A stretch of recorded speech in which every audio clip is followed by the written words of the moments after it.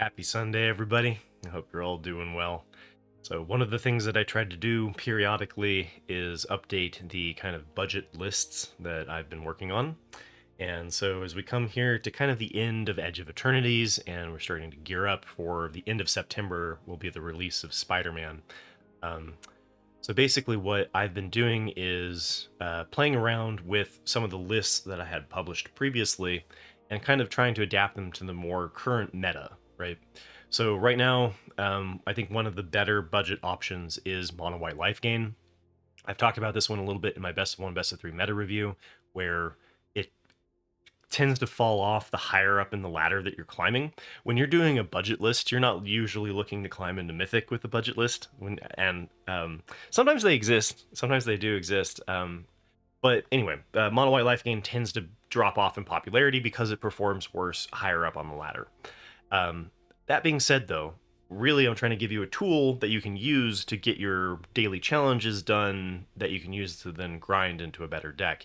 And I will also talk about some of the upgrade options available for the archetype.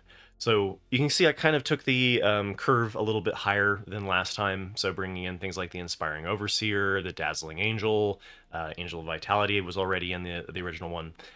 What this reflects is that the general speed of the meta has slowed down a little bit since rotation. The point of their bans in the pre-rotation was to remove a bunch of the broken commons and uncommons that were 1-2 costed, and that really hurt the budget space. It definitely was like, okay, well, we don't have a lot, like we can't build around Up the Beanstalk, which was an amazing uncommon, that sort of thing. One of the uncommons, though, that they didn't ban that had performed really well and then kind of dipped out of the radar because of specific hate being printed with nowhere to run in black is Sheltered by Ghosts. So this entire strategy is built around the performance of Sheltered by Ghosts. Then you've got the kind of like all of your one drops, and these are all included in the upgraded version. And 3 out of 4 of them are from Foundations, one of which is from Lost Caverns of Ixalan. These are your engine that get everything going. This is how you're going to gain life on a repeated basis. And then after that, you've kind of got these payoffs, right? So like you've got a Johnny's Pride Mate, which is a payoff in uncommon, and then that's where the uncommon or the budget space starts to struggle a little bit, is that you don't have access to some of the rares that have payoffs to gaining life as well. So I threw in some more interaction. So we've got the case of the Gateway Express, as well as the disruption of Sheltered by Ghosts and the Banishing Light. And this is just to also slow things down. Since we're going a little bit higher up on the curve, it's nice to have a little bit more interaction. And then cards like Dazzling Angel repeat the enter the battlefield effect, gaining life. Inspiring Overseer helps you with a little bit of card draw if it does get to that point where you need to replenish your hand for additional threats. And then the Angel of Vitality, if you have gained enough life, can come down as a 4/4 flyer and helps you gain additional life each time that you're pinging your opponent. So what's nice about the case of the Gateway Express is that if your top end is all of these flyers, giving them all +1/+0 makes them a more relevant threat that can close the game out a little bit faster. And, you can just fly over the top of your opponent's Screaming Nemesis or whatever, right? So I hope this finds you well, and then we'll talk here about the upgrade. All right, so here's the upgraded list of mono white. This was the most popular build, as well as the top most well-performing, most popular build in Edge of Eternities. You can see, for example, though, that it's not running any Painland, right? So sometimes we see like Fountain Port or Starting Town included in the lands so that we can give Essence Channeler the flying and vigilance on your turn. What I've seen in the data is that it doesn't have a profound effect on your win rate. So by all means, if you want to do something like that, go for it. But part of why I do this is to try to, remove bias and just kind of go off of what the data says. So the Healer's Hawk, Hinterland Sanctifier, Leonin Vanguard, and Runelurker Bat are all included in the budget build, along with the Ajani's Pridemate. Essence Channeler is one of the rares that's an additional payoff for the Ajani's Pridemate. If you've been a part of the channel and listened to like the community deck techs and things like that, you'll hear me talk about the number 12 and the number 8. It's nice to have at least 8 payoffs instead of only 4. So that's something where the upgrade is particularly nice. And so I think that if you were to try to improve the budget list, Essence Channeler is a pretty important one on the list. It is still running the Banishing Light for a little bit of interaction. The Linden, the Steadfast Queen, is another enabler, which is a pretty popular inclusion. Sometimes you see this as 3 copies instead of 4 because it is a legendary. Again, there's ways that you can kind of min-max this and tweak it, and if you are really curious, you can look back, far back, 6 months ago, whatever, for my versions of Mono White Life Gain that have some of these little tweaks that I'm talking about. And then we've got Exemplar of Light, similar to the angel that is gaining. Anyway, this helps you with the card draw. So like Inspiring Overseer gives you the card draw in the budget space. This one, whenever you put a +1/+1 counter on it, you draw a card. It triggers only once each turn. Helps you kind of refuel the hand. And then Leyline of Hope gives you that additional life gain, and then the +2/+2 that we kind of see in the budget space across other cards as well. But it makes an excellent turn 1 for this deck. And next up here is white-blue auras, and I'll try not to use words like Azorius because this is geared for people who are new to Magic the Gathering, and so I'll try not to use the fancy names, the guild names, if you will. So white-blue auras, the downside with this strategy is that it is weak to the Pinnacle Star Cage. So since the entirety of your deck is hit by the Pinnacle Star Cage that wipes creatures that cost 1 or 2, as well as artifacts, this strategy is not great against that, right? But again, it's a fun one that can help with daily wins, and it is kind of how we had a couple of options in auras before rotation. So we had Boros auras centered around Heartfire Hero and Manifold Mouse interaction, and then we had Celestia auras, and both were hurt by the bans and rotation. So what wasn't largely affected though was white-blue, right? And there I go, I used the names again. So Boros was red-white and Celestia is green-white. So white-blue wasn't affected, and you're really trying to just Voltron, make a really big threat grow tall, that you have the Sheltered by Ghosts on to race against the aggro, so you can kind of punish red removal with this strategy. And then you have a ton of enchantments, some of them that like beef your remove or disrupt your opponent, some of which are how you establish a really large creature. If you don't have like an Optimistic Scavenger growing out of control, you can put an Ethereal Armor on any of these other threats. Even a 1/1 that is spawned off of the Gremlin Tamer can get out of control because of how much enchantment that you have. Fear of Surveillance is nice in the budget space as an enchantment creature that helps you surveil to the threats that you want and kind of get rid of lands off the top in the later part of the curve. Fae Flight and Shard Mage's Rescue really punishes your opponent's removal and allows you to respawn and build, protect your Voltron, protect your giant creature. And then we have Trapped in the Screen.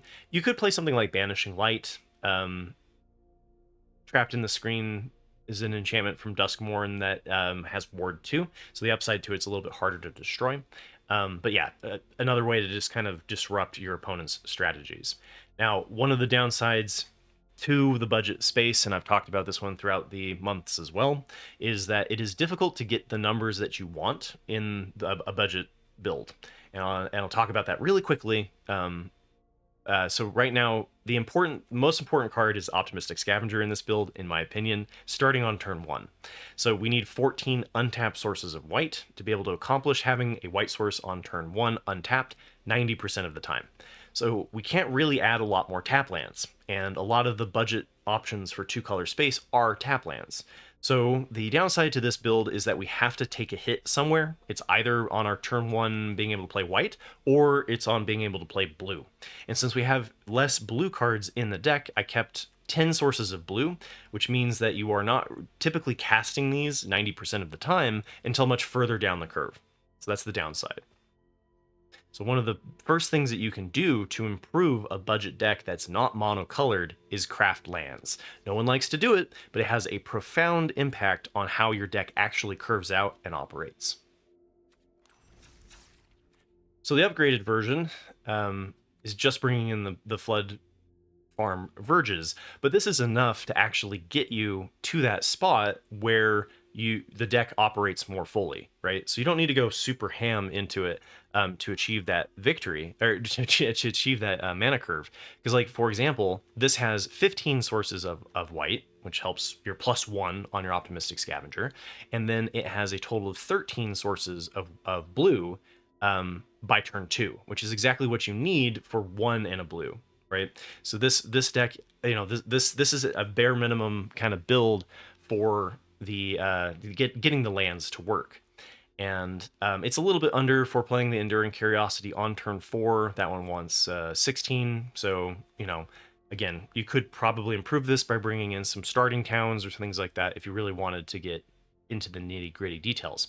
But the upgraded version still has this kind of Voltron build things with the Optimistic Scavenger. It has the Fear of Surveillance, the Sheltered by Ghosts, Gremlin Tamer, Inquisitive Glimmer. Has a lot of the cards before trapped in the screen. But then we're bringing in Enduring Innocence and the Enduring Curiosity, both which help refuel the deck, which help you get the additional card draw. And they're taking this route instead of the Shard Mage's Rescue and responding to your opponent's stuff. So, like, they both answer your opponent's removal, but in different ways. And this has a little bit more resiliency to be adding a threat and drawing instead of responding to your opponent's removal, which may never come, right? Like, if you're holding these responses like Shard Mage's Rescue and your opponent plays a Wrath, they're not really doing much. Whereas these are like sticky threats that continue to add value to the strategy and some resilience. So Overlord of the Flood Pits, this one's a pretty specific craft. It's a mythic. I would only do this if you really love the deck. But it gives you some more of that card draw and another kind of sticky threat. Same with the Overlord of the Mistmoors, and this one's a little bit safer of a craft. This one we see a lot as a win condition in best of 3, just giving you some really nice top end, especially in best of 3 strategies. And then the Flood Farm Verge I would craft first of all of the improvements for if I was a beginner running the deck before I had a whole bunch of wild cards built up. I would craft the Flood Farm Verge first and then start tweaking with what you have to kind of fill out the strategy. Overlord of the Flood Pits is probably the last thing that I'd craft for the deck. And then you could really replace these 4 cards at the top end with any form of kind of late game win condition. All right. Number 3 here is their mono black build. And this one is so there's a mono black demons, which we'll talk about, is a little bit more of like a meta deck that I'll talk about in my best of 3 meta reviews. This one is centered around the Bandit's Talent, and I've talked about this one. It's a really good one for budget builds to kind of center around because it itself is an enabler and a payoff for the discard rack strategy from days gone by. So Bandit's Talent is kind of the build around of this deck, and you just have a metric ton of disruption that you can use to destroy your opponent's hand and their creature-based strategies. So you've got Intimidation Tactics to attack their hand, Tragic Trajectory for early interaction, Deep Cavern Bat to remove interaction from their hand. Demon Wall is a nice threat that you can put counters onto for later in the game, but also just slows your opponent down. Largely is included because it's seeing play in the upgraded lists. Feed the Swarm is a way to destroy enchantments, which black can kind of struggle with. Momentum Breaker is a nice way to gain some life as well as just doing an Edict. Nowhere to Run answers the Sheltered by Ghosts. Shoot the Sheriff is kind of like Go for the Throat. It's not as good, but it does hit a lot of stuff at instant speed. Strategic Betrayal is another Edict, so if you can keep your opponent's board with a minimal amount of threats, then you can keep making them sacrifice their one threat, and that's partly what we're leaning on here. And Strategic Betrayal gives us a little bit of graveyard hate. Gatekeeper of Malakir we got in Foundations, and is an Edict built into a creature. And I like this one a little bit more than the Thoughtstalker Warlock, which I was running prior to rotation. I've been exploring it. I think I like this one a little bit more with there being more board-centric strategies like mono green landfall, right? And then Timeline Kohler is a nice recurring threat. So you could run something like Forsaken Miner, it keeps coming back. Timeline Kohler, kind of a similar recurring threat. This just makes it so that you have a threat that can kind of close out the game if your opponent is also playing a bunch of attrition or answers to what you're playing.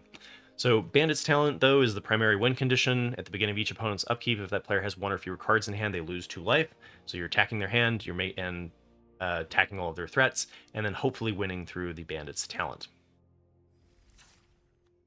And this is an upgraded list that is kind of an upgraded list for the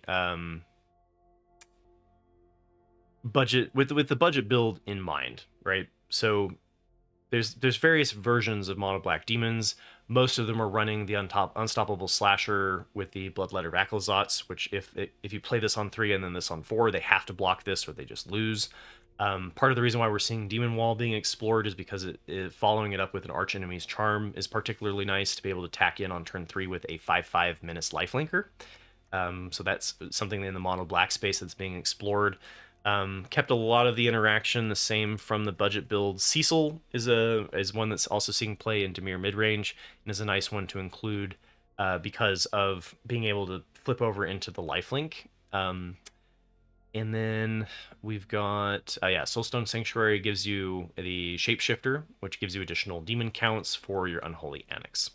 And the Bloodletter of Vaclazots wants 21 sources, and so you could tweak Soulstone Sanctuary to 3 and run the Swamps at 21 if you wanted to do something like that.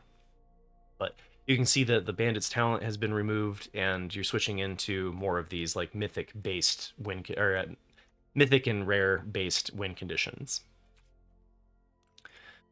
All right, number 4 is centered around Hidetsugu's Second Right, and this is for my math homies out there. if you really like trying to calculate combat math several turns ahead, like Hidetsugu's Second Right is a lot of fun. Target player has exactly 10 life.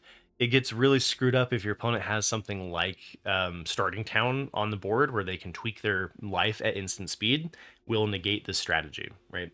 And I will stress, a lot of these budget strategies are not top meta strategies because they have some form of weakness, right? They have something that tweaks it against the favorite, right? But it's still a good uncommon. It's a fun uncommon to build around, right? So the rest of the deck is a lot of what we see in like Boros Burn or mono red aggro. So you've got like Viashino Pyromancer, Bolt Wave, Burst Lightning, Lightning Strike. Clockwork Percussionist gives us a little bit of like the 1 damage to tweak if to manipulate their stats into 10, right? So it gives us the 1 damage, but then also gives us dig if it blocks and dies. You can also use it to chump block and get additional stuff later in the game. Get You Lava Runner works as long as you have 2 or more instances or sorceries. Comes down as a 2/2 haster.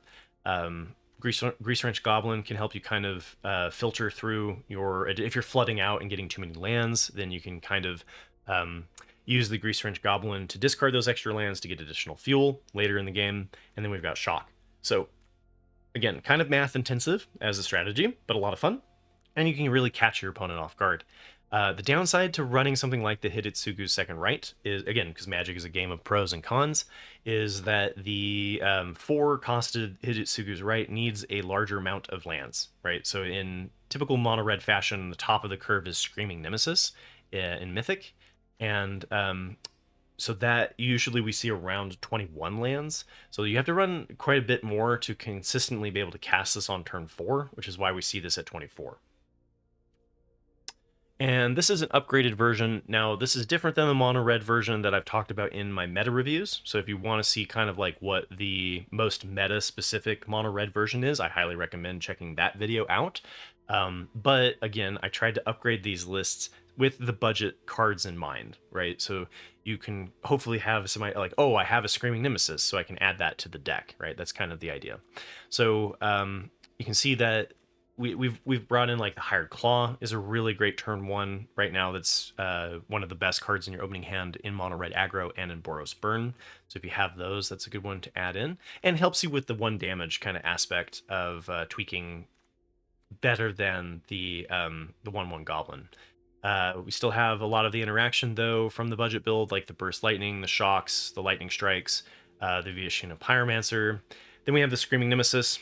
This one really helps when you're on the draw against other aggro strategies, because you slam down the Screaming Nemesis and you don't attack if you're playing defense, right? If you're on the draw, if you're going second, then this usually ends up having to be a 2-for-1.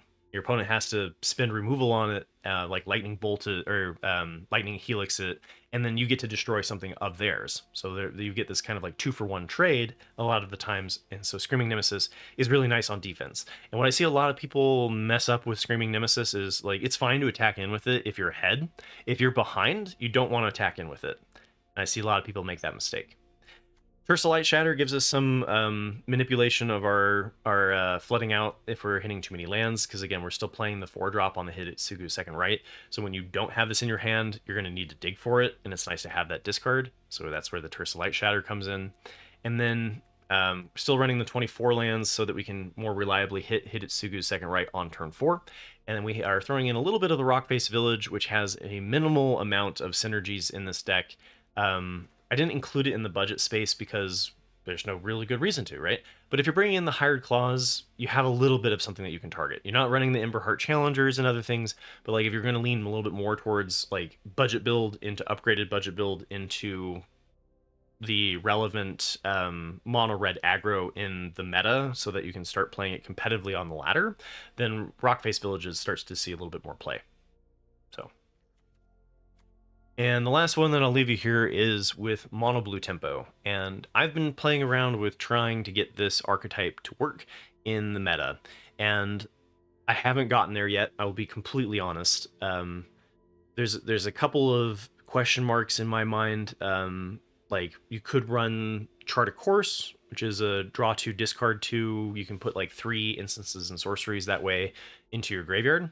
And what's nice about that is that if you play something like Opt on turn 1 into Chart a Course, you can have 4 by turn 3.